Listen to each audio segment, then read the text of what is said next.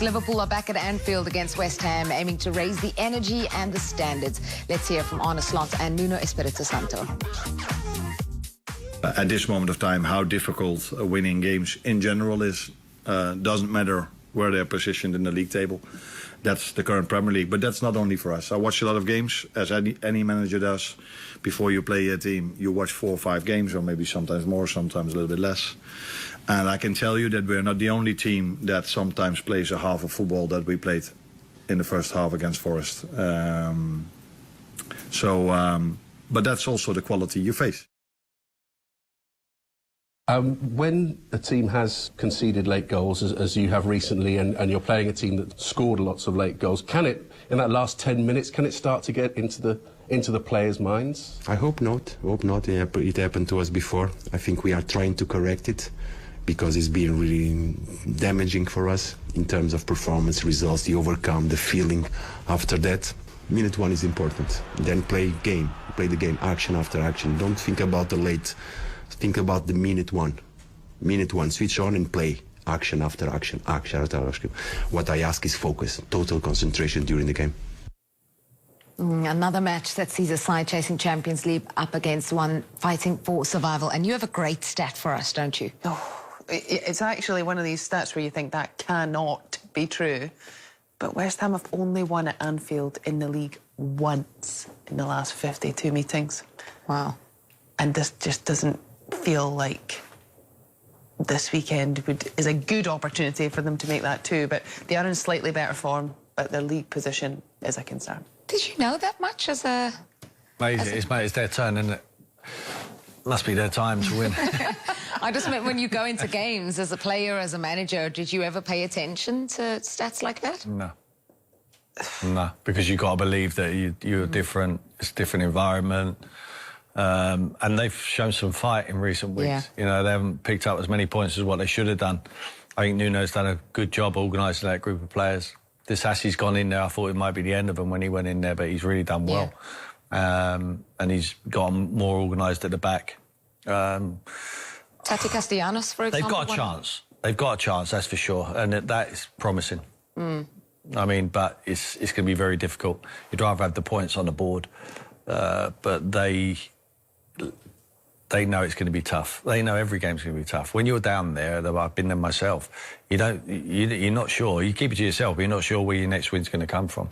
And you just have to concentrate on your performance. And like he said, concentration, 1 minute till the last minute, and see what it brings. I think they got a good point in that game against Bournemouth, which when you're where they are, you get points. But then all the games before that, they've scored goals. And I always just think, even when you're suffering, if you know you've got players in your team that can score goals for you, I just think you play with a different set of belief. Because even if you go behind, you think, I know we can get ourselves back in this, I know we can get a goal.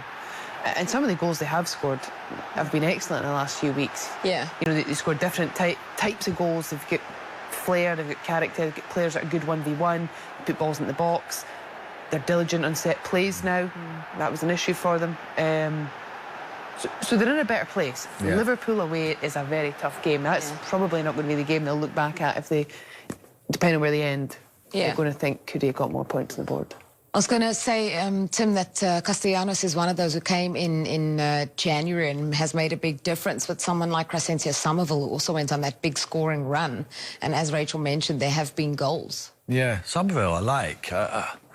Castellanos I don't really like. I don't see the merit in him, but he's done OK.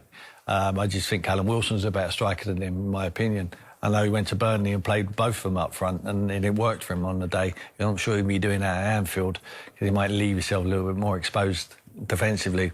But the only thing you can say is, I mean, no one should give him a chance, really. But they will believe in the dressing room that they can... Right, Liverpool are not playing well. And that's a fact. And without Florian Wirtz as well, who I think has been their best player, getting injured last week, I think it's a huge blow. Lacks that creativity. And if you can take it, Liverpool fans know it's crucial. It's a minimum requirement for Arne to finish in the Champions League spots. Now, they're holding on to it at the moment. They've got to fight life to get into it.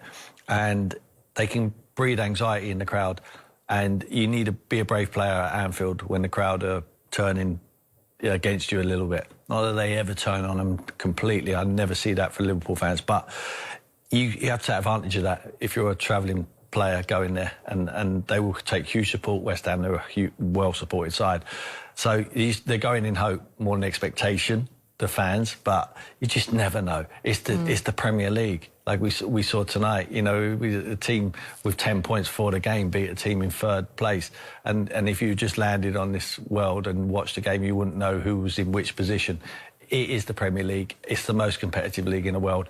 And it's very difficult to predict. So it might be just West Ham's time. Yeah, the great irony is that Liverpool obviously beating Forest means that West Ham are now within touching distance of Forest themselves ahead of this game at Anfield. But let's talk about Liverpool, because we've already said, will Chelsea make it into the Champions League? Will Aston Villa qualify for the Champions League? What about Liverpool? Do they make top 4 or 5?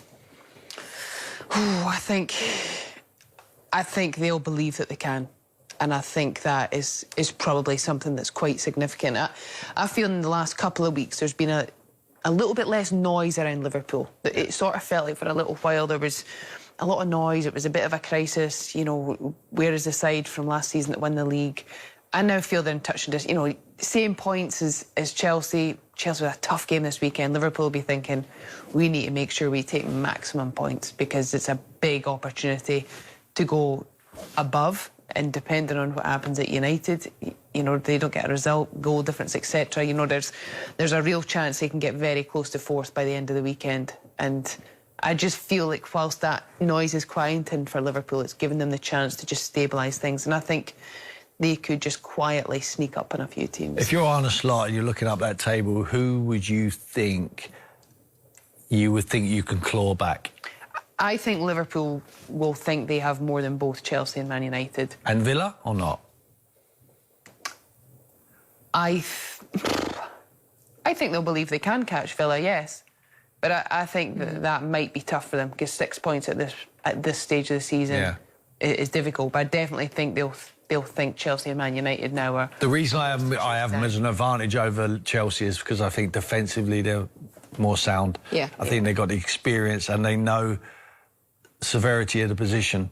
I don't think Arne keeps his job if they're not in the Champions League next season. I really don't believe that. I think there will be a change in manager. They don't sack managers. They don't like to sack managers, especially a manager who done so well last year and won the Premier League. But to finish outside of the Champions League spots, I think it's untenable. I mean, those fixtures are favourable when you see the games they have. That could very easily be 5 wins. And I think if it's 5 wins, they are going to be right on the heels, if not ahead of those 2 teams above them. We did mention 6 points. Of course, if they do manage to beat West Ham, it's only down to 3. You know, and that's why this is so exciting to watch as well, because there are a couple of teams in it and you just don't know what's going to happen. I guess the one positive for Liverpool is that they've kept back-to-back clean sheets as well. And you know, the defence that has been under so much fire, to go to Sunderland and keep a clean sheet and win there. They became the first team to do that. And then to keep a clean sheet against Forest as well. They've looked much better in that area. And I do think that's also a factor of the fact there's been less noise around. You know, the focus of the last few weeks has turned to other places because of the fixtures and because of what's drawn the attention of the media. And I think they've benefited from that. But defensively, they weren't good enough in the first portion of the season. The goals they were conceding, the mistakes, some of the characteristics we saw from players in that back line was suggestive of, we don't feel good at the moment. We're not in our prime. And that counts for a lot. And I think Liverpool are a team that they lean heavily on that. They know how difficult it is to go to Anfield. Yeah. They then know it's not just being here that's difficult, it's also because defensively we're very sound. And I think they'll just try and put all the little pieces together and try and get every 1% in their favour, and they'll really pile on the pressures. One note of caution I'll give to Liverpool from the outside looking in: don't let this bringing Mo Salah off last week turn into the circus again, because that would disrail him. You know, if you either play the man, you get your arm around him. For me, he plays. He plays. And I know Rio's a good player. He can come on and affect it. You know, he's got a lot of time to be a Liverpool player. You've got a superstar there. His last months of being a Liverpool player, in my opinion, he will leave at the end of the season. Make the most of it and just embrace him. because he will turn up for you on the big occasions, what you're going to need between now and the end of the season. We've not said this, ever, but Mo Salah hasn't scored in any of his last 9 Premier League games. In fact, his last league goal came on November 1st, and his boss, Arne, admitted today that Salah's drought is a bit of a shock. We are used to Mo scoring a lot of goals, and that's at this moment of time maybe the biggest difference in his performances or in his game time. But we also know, even in my time, this has happened before. I'm not exactly know if it happened 9 games in a row, but I've had these questions earlier. He didn't score for 3, he didn't score for 5, or I don't know exact numbers. But I also know that in the end, he always starts scoring again. And that's the challenge he has now and we have now to make sure he starts scoring again. Yeah, it's a really strange position. It's just such a strange season, I guess, with Mo Salah. Julian, looking at this, is this form that Salah's been in, do you see it as a blip or is it a genuine decline? I think it's probably the start of the decline, really. There's nothing wrong about that. He's 33 years old. It was always going to happen at some point. He's maybe not as quick as he used to, certainly not as efficient in front of goals as he used to. There was obviously the crisis before AFCON when he went public. Remember that mixed-zone interview after the Leeds game? And then he went away and then came back. And since coming back, I'm finding it of form, really. There's those big chances that he misses. I didn't like his attitude being taken off at Forest on Sunday. I won't lie.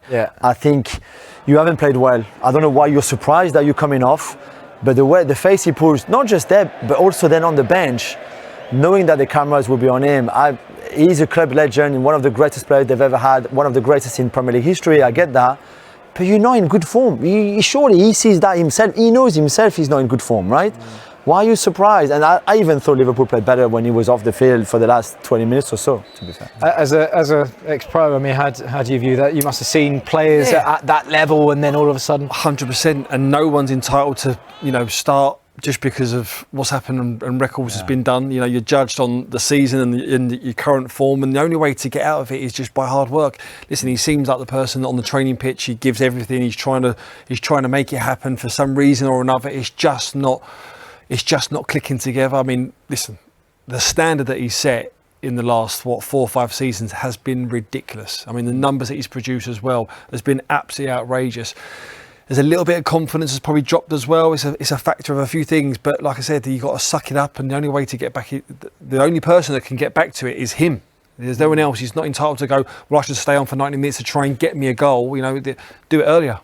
How much damage do you think something like that can do to a dressing room, though? In reality, you got one of your most decorated senior players, club legend, and there's discontent there. Yeah, well, it can be if he stays on the pitch when he doesn't deserve to stay on the pitch. Yeah, exactly. So you think that's starting him and playing him when he's not playing well? Well, I think you get to a point where if he's still not performing, then it's a time where you go, look, if he's at that much out of form, but you've also got to remember that at a flick of a switch, he can just, manufacture and manoeuvre something into where he wins a game for you as well. But at the moment, he's going to be on that tight lines where he's going, do you know what? He's not performing to the level where he should be starting a game. Look at Rio Gamo that come on. Look what he done in that short. A lot of fans calling for him to play. Exactly. Yeah. Yep. Do you think? Look, none of us are Liverpool fans. I kind of feel out of place, asking the question. But do you think Salah, is he in danger of tarnishing any of his legacy with how this is kind of all ending? Or I guess when you look back, it's always going to have to end at some point, right? And we see more difficult ending of a long career like that, 10-year-ish at a club, than happy ending, really, and in the way that it all finishes. Because I think Liverpool had to give him a new deal last summer. It was last season. It was difficult. Fans would not have been happy if he had gone on a free, if he left on a free. But you also knew by giving him 2 more years that at some point the decline would start. It was inevitable, and he might obviously prove us wrong and score a hat-trick this weekend. Good for him, and good for Liverpool if he does. No problem. But those numbers are not a coincidence either. Take us inside that dressing room, Sid. There must be some form of divide going on. Will it go quite clicky? Because they were not happy after the first crisis. Remember, Alisson and Van Dijk? That's right. Yeah. And again, I think at that time where the performances wasn't right as well, there comes a divide by saying, you shouldn't be getting special treatment than anybody else. We're all in this together. You know, the team is together, the squad's together, and it's put on obviously the head coach and the manager. Yeah. It can cause a divide. It can cause, but like I say, that's down to the manager then to make the decisions in games or before games or in training to say, no, you know, he's not performing to the level. X or Y deserve to start, or I'm going to change this around, and then it puts it on the player. You know, Mo Salah, are you determined enough? Are you hungry enough to get back to try and get back to the levels that you've done before? Yeah, I mean, look, for me, sorry, I know Dembele won the Ballon d'Or, but for me last season it was Salah. No, like, it was. Not you, Roman. Listen, I just thought he was unbelievable last year. Let's relax the behaviour. Next year, though, do you expect to see Salah in a Liverpool shirt? I don't. I don't. Question. No, you don't. No. You think this is the season? Yeah. We'll have another year left, but I don't think so. And I think they'd be looking for a right winger, probably left-footed, as well, to replace him. Okay. Let's talk about Liverpool as a team then, because they look like all of a sudden they'll play a game and they'll look like the Liverpool of old that we were used to seeing. But you're still unconvinced by them. Yeah, I am at the moment. I think they are a team that can certainly drop out of Champions League places come the end of the season. At a crucial time at the season as well.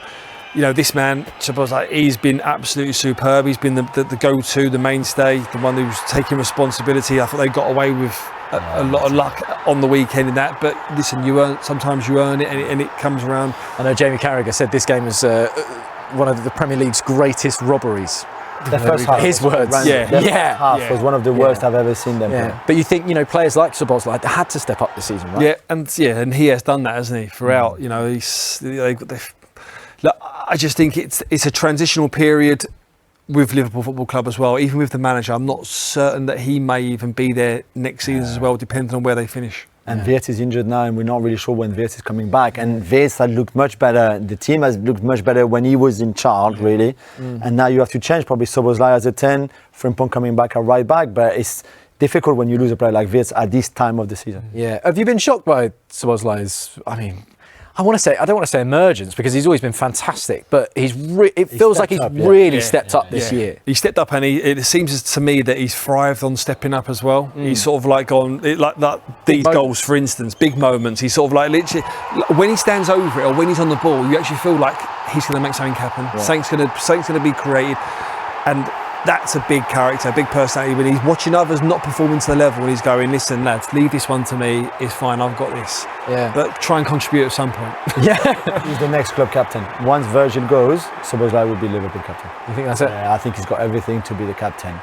And soon we'll talk about contract extension as well, because he's out of contract in 2028. And I think there's a big battle for them to keep him, because if you're any other big clubs in Europe, a player like him, PSG would maybe looking at him. Everybody, but he's good at everything. Yeah. He's a pressing machine. He can play right back. He can play in midfield, defensively, offensively, wide if you want. He's smart. He's a good boy. It's just his eyes got everything. Yeah. Well, look, West Ham at home next for them. Is it the perfect game, or is this a potential banana skin? What do you reckon, Jules? I don't know. Without Wirtz, I worry a little bit. And we saw against Forest just a lack of creativity even. And he had to change things at half-time and put Curtis Jones to right back and Szoboszlai back more central. Ekitike is maybe not as sharp, especially without Wirtz behind him. So there's a lot of things, and Salah as well, that not really going straight for them. But this is again for the fight for Champions League next season, which will be tricky now with Villa, Chelsea and United. One of them is going to miss out for sure. Yeah. You know, they will have to be very careful. How do you think West Ham will view this game? Will they view it as this is going to be really tough, or this is winnable? Yeah, winnable. Yeah, 100%. You know, and that's what they need to. When you're down the bottom, you need to look at every game. You can't be going, well, if we can get a draw there, and we'll be happy with that. And that one, we might not win there, but with 3 points, we'll bank on 3 points there. You can't do that. The form that West Ham are kind of at the moment, they've certainly picked up. They're going to Liverpool going. There's defensively. There's areas where we can certainly exploit for West Ham. Well, I mean, talk to me about what it's like, because Arne has come out in the past and he said, we don't like low blocks. We're not very good against them. I don't know why he said that out loud. But I mean, this is going to be this is a Nuno special, isn't it? Yeah, that's it. Suck up the pressure. Defensively be sound. You've got to be disciplined. Follow your runners, and then you got to be clinical. That's what it comes down to. If you're going to hold off on possession and then soak it all up, when you get chances to break, you've got to break with pace. And when they're in them attacking positions, your attackers, you have to put the onus on. You've got to put pressure on to say, listen, you may only get one chance in this game. If you get it, you have to take it. Yeah. Very quickly, Jules, Crescencio Somerville had a phenomenal season. Expect him to maybe produce something against Liverpool? I think so. I think he'll be called up by the Netherlands national team for the first time as well, comes March, because he deserved it. He's been outstanding.